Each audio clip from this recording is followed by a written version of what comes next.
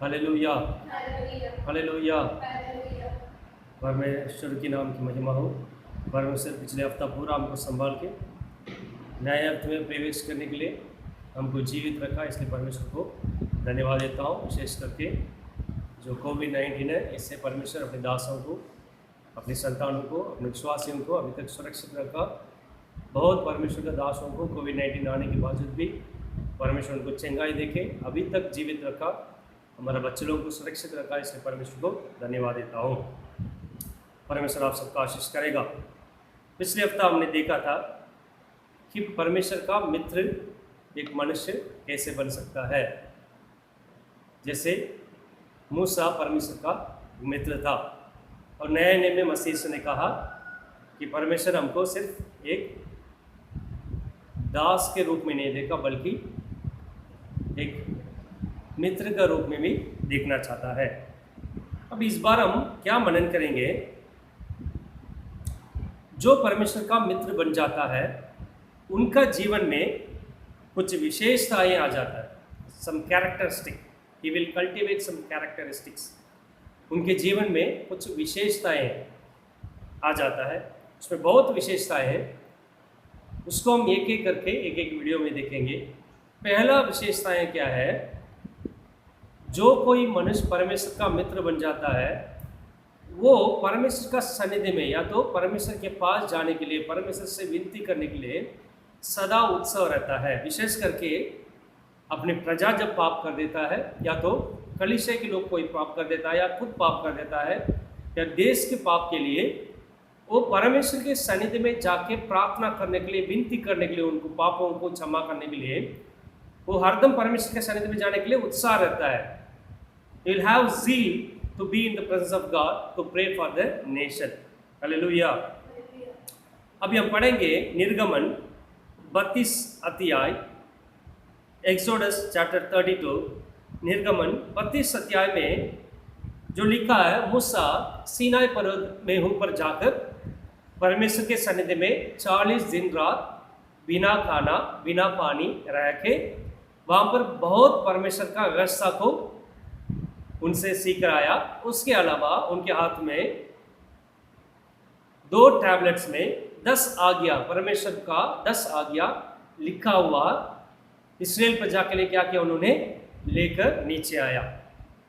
40 दिन रात परमेश्वर के सानिध्य में बिना खाना बिना पानी रहा। जब पर्वत में था, परमेश्वर उनको कहा, मूसा नीचे इस्राएल प्रजा क्या कर रहे हैं, पाप कर रहे हैं। उसी वक्त इन्होंने क्या किया,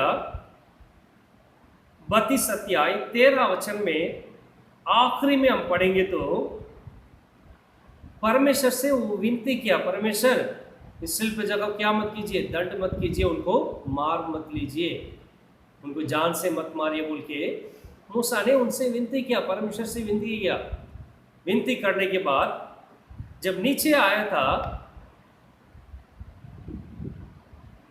उस इस्राएल प्रजा जो पाप कर रहे थे वो लोग को देख के गुस्सा होके अपने हाथ में जो परमेश्वर का दिया हुआ 10 आज्ञा था, उस टैबलेट को क्या कर दिया, उन्होंने फेंक के तोड़ डाला, क्योंकि मूसा को इतना गुस्सा आया था। उससे भी वो चुप नहीं रहा। उसके बाद ये पूछ रहा है, निर्गमन 32 अध्याय में 26 वचन में पढ़िए,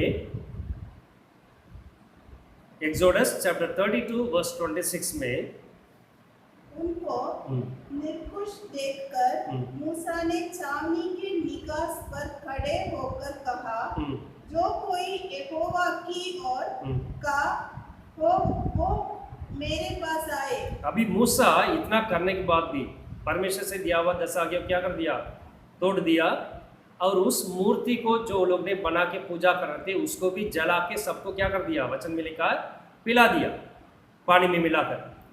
उसके बाद भी वो क्या बोल रहा है, वहां पर फाटक में खड़े होके, छावनी के फाटक में खड़े होके बोल रहा है, जो कोई यहोवा के साथ है वो मेरे पास आइए, मेरे साथ आइए।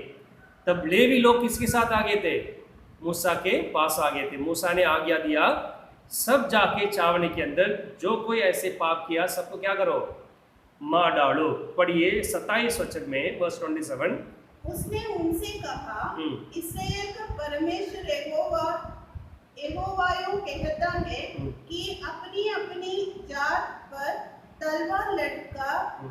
लड़का कर चावनी से एक निकास से दूसरे निकास तक घूम घूम कर अपने अपने भाइयों, संगियों और पड़ोसियों घात करो। अभी क्या कर रहा है मुझसे? बोलता है अपने अपने तलवार लो और अंदर चावनी के अंदर घूम घूम के अपने भाइयों को जो कोई पाप किया था उससे ऊपर क्या करो, वार करो, उनको मार दो। क्योंकि मूसा उनको देख के इतना गुस्सा आ गया था, बल्कि पर्वत में जब मूसा था परमेश्वर से विनती कर रहा, परमेश्वर ये लोगों को मत मारो। लेकिन जब नीचे उतर के आया था मूसा, इनका पापों को देख के बहुत गुस्सा होकर दो चीज किया। ये परमेश्वर से दिया हुआ आज्ञा को क्या कर दिया उन्होंने, तो डाला। दूसरा, जो पाप कर बैठे थे उनके बीच में 3000 लोगों को उन्होंने क्या कर दिया, मार दिया। अगले वचन में 28 वचन में लिखा है उस दिन में कितने लोग मर गए थे? 3000 लोगों को। पर मूसा को इतना गुस्सा आया था, 3000 लोगों को मार दिया। लेकिन उसके बाद आप पढ़ेंगे तो फिर भी उनके हृदय में क्या नहीं हुआ, तसल्ली नहीं हुआ। देखिए एक 80 वर्ष का एक मनुष्य पर्वत में 40 दिन रात रह के बिना पानी पी के बिना खाना खा के परमेश्वर के सन्निधि में रह के जब नीचे आया था, उनको देख के उनको शांति नहीं हुआ। एक शांति नहीं है उनको, क्योंकि ये लोग इतना पाप कर रहे थे, इतना गुस्सा आया था, अपना खाना सब कुछ भूल गया। नीचे आने के बाद भी अपना परिवार से जाके नहीं मिला। नीचे आके पहला चीज क्या किया, 10 आज्ञा को तोड़ा और उस मूर्ति को जला के पानी में मिला के पिला दिया। फिर भी तसल्ली नहीं हुआ उनको, क्योंकि वो लोग इतना पाप करते थे। वचन में लिखा है सब निर्वस्त्र हो गए थे। परमेश्वर से चुने गए जो प्रजा, जो गुलामीपन से लेकर बाहर परमेश्वर लेके आया था, वो प्रजा क्या कर दिया, मधु पीकर निर्वस्त्र हो गया। इसलिए मूसा ने क्या किया, जो परमेश्वर यहोवा के साथ वो सब अपना तलवार लेके इसराइल छावनी के अंदर जाके क्या करो, उन पे बाहर करो। उस दिन कितने लोग मर गए थे? 3000 लोग ये थे, मर गए थे। मरने के बाद भी उस प्रेत को ऐसे नहीं छोड़ सकते, उसको क्या करना पड़ता है, दफना पड़ता है। ऐसे छोड़ नहीं सकते, लिया दफनाना पड़ता है, छोड़ नहीं सकते। पूरा बिजी है उस दिन, पूरा क्या हो गया, मूसा को कुछ रेस्ट नहीं मिला, आराम नहीं मिला, पूरा दिन काम किया। फिर भी उनका दिल तसल्ली नहीं हुआ। अभी पढ़िए 30 वचन में क्या लिखा है। दूसरे दिन, देखिए दूसरे दिन मतलब अगला दिन सुबह ही, रात को उन्होंने सोया या खाना खाया कुछ पता नहीं, क्योंकि 3000 लोग मर गए। सबको क्या करना पड़ता है, साफ करना पड़ता है और बहुत कुछ काम करना पड़ता है, क्योंकि वो खुद ही अपना परमेश्वर से दिया हुआ 10 आज्ञा को तोड़ डाला। उनका दिल में भी दुखी होगा। लेकिन अगला दिन सुबह ही क्या किया, दूसरे दिन मूसा ने लोगों से कहा, तुमने बड़ा ही पाप किया है। मूसा लोगों से कहा, आप लोग बड़ा ही क्या किया, पाप किया। अब मैं यहोवा के पास चढ़ जाऊंगा। अभी यहो मूसा कहता है, अभी मैं किसके पास चढ़ जाऊंगा, यहोवा से मिलने जा रहा हूँ। कहाँ पर, उसी सीनाई पर्वत में मैं चढ़ के जाने वाला हूँ। किसके लिए, संभव है कि तुम्हें पाप का प्रायश्चित कर सको। ठीक है, किस लिए जाना चाहता वो, अपनी प्रजा का पाप का प्रायश्चित के लिए वो कहाँ पर चढ़ना चाहता है। देखिए मूसा थोड़ा भी समय नहीं दिया, चलो 2 दिन के पास चले जाता हूँ, 3 दिन के बाद चले जाता हूँ, ऐसे नहीं सोचा उन्होंने। रात भर बैठा हुआ, जब उनकी हृदय बोझ से भर गया कि मेरा प्रजा इतना पाप किया कर दिया बोल के, बल्कि उन्होंने 3000 लोगों को मार दिया और उस मूर्ति को जला के भी पिला दिया, 10 आज्ञा को तोड़ दिया। इतना सब कुछ करने के बावजूद भी मूसा का हृदय में क्या नहीं हुआ, तसल्ली नहीं हुआ, शांत नहीं हुआ। अभी भी उनका हृदय में है कि यदि मैं इतना गुस्सा हो गया तो परमेश्वर कितना गुस्सा रहा होगा, परमेश्वर किससे वो बात करेगा। क्योंकि पिछले 40 दिन रात किससे बात कर रहा था, मुझसे बात कर रहा था। अभी परमेश्वर इतना गुस्सा होने के बाद भी किससे बात करेगा, वो और भी क्रोध हो जाएगा। इसलिए प्रजा से मूसा कहता है, मैं कहाँ पर चढ़ने वाला हूँ, दोबारा उसी पर्वत में चढ़ने वाला हूँ। बल्कि मूसा को पता है वो पर्वत में रहने के कारण ही ये लोग पाप किया। फिर भी मूसा चुप नहीं बैठा, चलो मैं आप लोग के साथ रहता हूँ बोल के। अगला दिन सुबह ही उठ के मूसा दोबारा कहाँ पर चढ़ने लग गया, उसी पर्वत में। सोचिए के देखिए, जिस दिन वो नीचे आया था उनको कुछ आराम मिला क्या, नहीं। वो मैं विश्वास करता हूँ खाना भी नहीं खाया होगा उस दिन, पानी तक नहीं पिया होगा, और रात भर क्या भी नहीं किया होगा, सोया भी नहीं होगा, क्योंकि नीचे ऐसे ही इतना बड़ा पाप कर दिया, सब निर्वस्त्र है। अगला दिन वो सब कुछ छोड़ के कहां पर दोबारा चढ़ गया? पर्वत में चढ़ गया। बोल रहा मैं किसके लिए जाता हूं? आपको पाप की क्षमा के लिए मैं किसके पास जाना चाहता हूं? परमेश्वर की ओर जाना चाहता हूं, परमेश्वर के पास चढ़ के जाना चाहता हूं बोल के दोबारा मूसा कहां चढ़ के चला गया? पर्वत में चढ़ के चला गया। वहां पर जाके किससे विनती कर रहा? परमेश्वर से विनती कर रहा, परमेश्वर प्रजा का पाप को क्या कर दो? माफ कर दो। हो सकता था उनकी जगह में मेरी नाम को कहां से मिटा दो? जीवन की पुस्तक से किसके नाम को मिटा दो? मेरी नाम को मिटा दो। ये एक विशेषता है जो परमेश्वर का मित्र का जीवन में रहता। पहला विशेषता है, बहुत विशेषताएं है लेकिन बहुत मुख्य और प्रधान विशेषताएं कौन सी है? जो परमेश्वर का मित्र बन जाता है वो कभी भी अपनी प्रजा का, अपनी कलीसियाओं का, या तो अपनी परिवार का, अपने देश का जो लोग जब पाप करते हैं उसको देखकर चुप नहीं बैठ सकता है।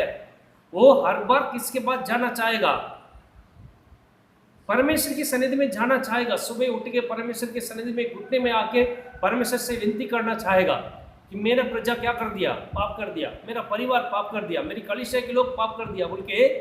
यदि वो मित्र है तो दास तो जरूर नहीं करेगा। यदि परमेश्वर आपको अपना मित्र बना के रखा है तो वचन में लिखा है जो कोई परमेश्वर का व्यवस्था को मान के चलेंगे वो किसका मित्र बन जाएगा? परमेश्वर का। यदि आप लोगों को परमेश्वर का मित्र है तो आपके पास कौन सा विशेषताएं होना चाहिए? मूसा की तरह जब लोगों का पापों को देखते हो, अपने देश में जो पाप चल रहा, लोग पाप कर रहे उसको देखते हो, आप क्या नहीं कर सकते हो? खाना नहीं खा सकते हो, तसल्ली में बैठ के पानी नहीं पी सकते हो, या तो आराम से सो के सुबह 10 बजे तक नहीं उठ सकते हो, आपको नींद नहीं आएगा। यदि आप परमेश्वर के मित्र तो आप परमेश्वर का मित्र नहीं है, दास तो आराम से सो के उठोगे, काम करोगे, क्योंकि दास है, यजमान का सेवा करना पड़ता है, स्वामी का, और उसके बाद परमेश्वर दान देगा और चल पड़ेंगे। हम सिर्फ दास नहीं है, परमेश्वर से स्वामी नहीं है। मैं पिछली बार कहा हम क्या भी बनना चाहिए? परमेश्वर का मित्र बनना चाहिए। यदि आप परमेश्वर का मित्र है मूसा की तरह, आप चुप नहीं बैठ सकते। आप अपने देश को देख के थोड़ा जाके कितने पाप है, कितने व्यभिचार है, कितने लोग मार रहे हैं, छोटे छोटे बच्चे को साथ व्यभिचार हो रहे, हत्या कर रहे, गंदी गालियां दे रहे, छोटे छोटे बच्चे चोरी कर रहे। देखिए ये हमारे देश है, हमारे देश के लिए घर होना चाहिए, अच्छा है, शक्तिशाली देश बनना बोल के, लेकिन आत्मिक जीवन में इनको देख के घर होने की कोई आवश्यकता नहीं है। हमारे देश आत्मिक जीवन में बिल्कुल अच्छे नहीं है। वो भी मसीह के लोग भी, बहुत लोग ऐसे जीवन बीत रहे हैं, एक पाप का जीवन बीत रहे हैं, उनके जीवन में प्रार्थना नहीं है। कुछ कष्ट उनके जीवन में आ गया तो तुरंत प्रार्थना करने बैठेंगे, परमेश्वर आशीष कर दिया तो उसके बाद किसको छोड़ देंगे? प्रार्थना करना छोड़ देंगे। लोगों का आदत है।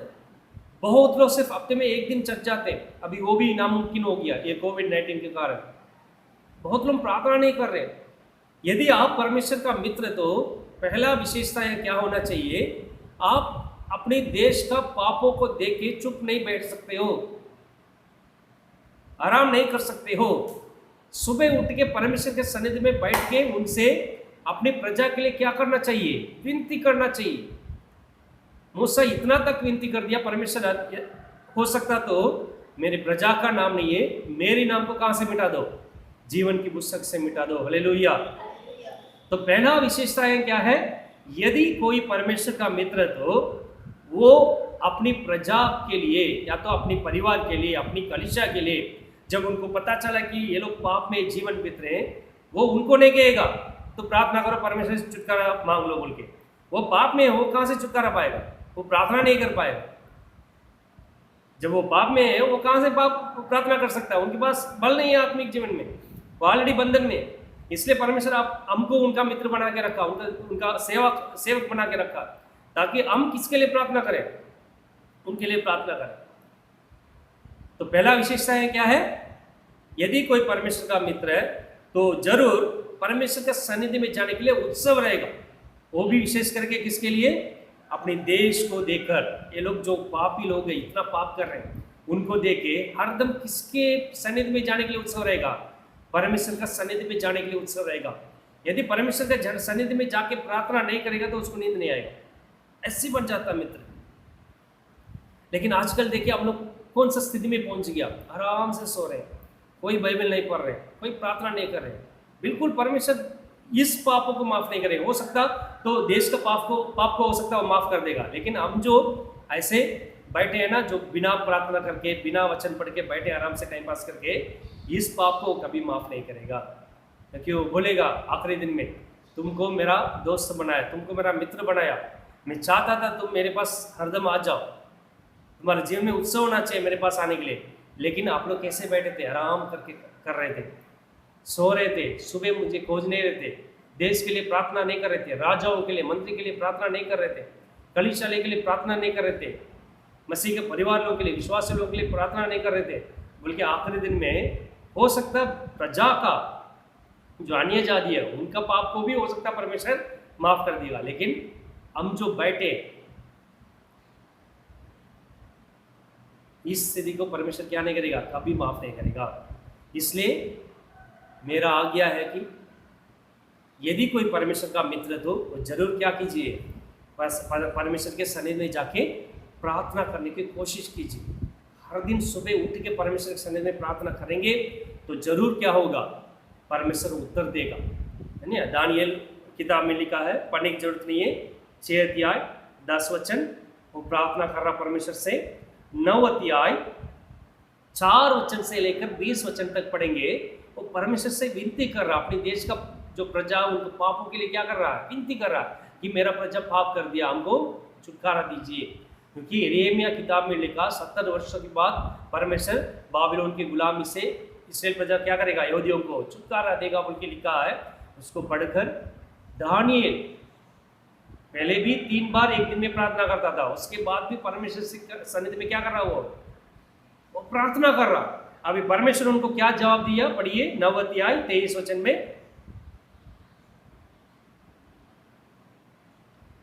Daniel chapter 9 verse 23।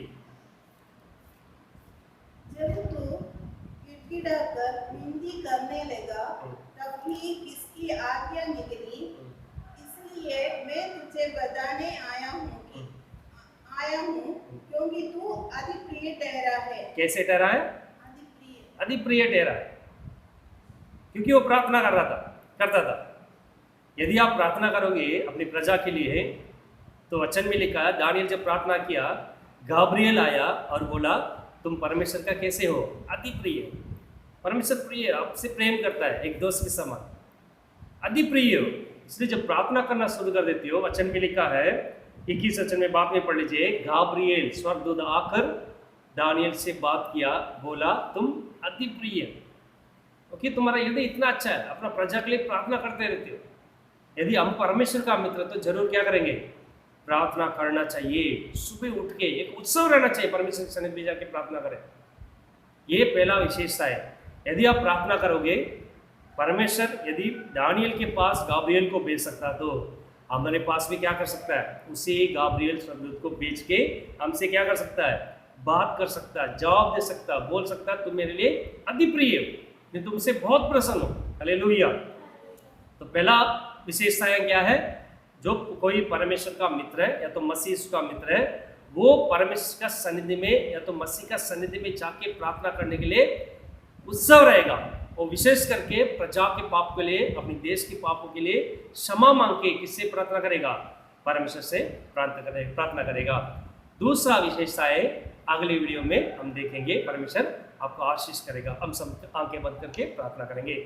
हालेलुया। परमेश्वर इस सुंदर समय में परमेश्वर आपकी सन्निधि में आने के लिए हमको मदद किया, इसलिए परमेश्वर को धन्यवाद देता हूँ। राजा परमेश्वर, हमने जो आज मनन किया, इस वचन को हमारे हृदय में आप लिख दीजिए। मूसा की तरह परमेश्वर आपकी सन्निधि में आके उत्सव के साथ आने के लिए और प्रार्थना करने, विनती करने के लिए, प्रजा के पाप को निवृत्ति के लिए, क्षमा के लिए विनती करने के लिए हमको मदद कीजिए। परमेश्वर, जो कोई इस वीडियो को देखता है परमेश्वर, मैं यीशु मसीह के नाम से उनको आशीष करता हूँ। परमेश्वर उनके आत्मिक जीवन में परमेश्वर वो लोग घुटने में आके और भी परमेश्वर के सन्निधि में एक दोस्त बनने के लिए और परमेश्वर के सन्निधि में जाने के लिए एक उत्सव उनको दे दीजिए परमेश्वर, ताकि हर एक व्यक्ति जो कोई परमेश्वर का मित्र है वो देश के लिए प्रार्थना करे और देश उन्नति पाए, और देश में पाप जो के कारण जो शत्रु है उनको हराने के लिए परमेश्वर हर एक व्यक्ति को आप बल दें। विनती करें परमेश्वर, हमको आशीष कर दीजिए। सभी आदर मान महिमा सिर्फ आपको ही देते हैं। ये सब मसीह के नाम से मांगते हैं, सुनिए और ग्रहण कीजिए। आमीन। Hallelujah, hallelujah, hallelujah.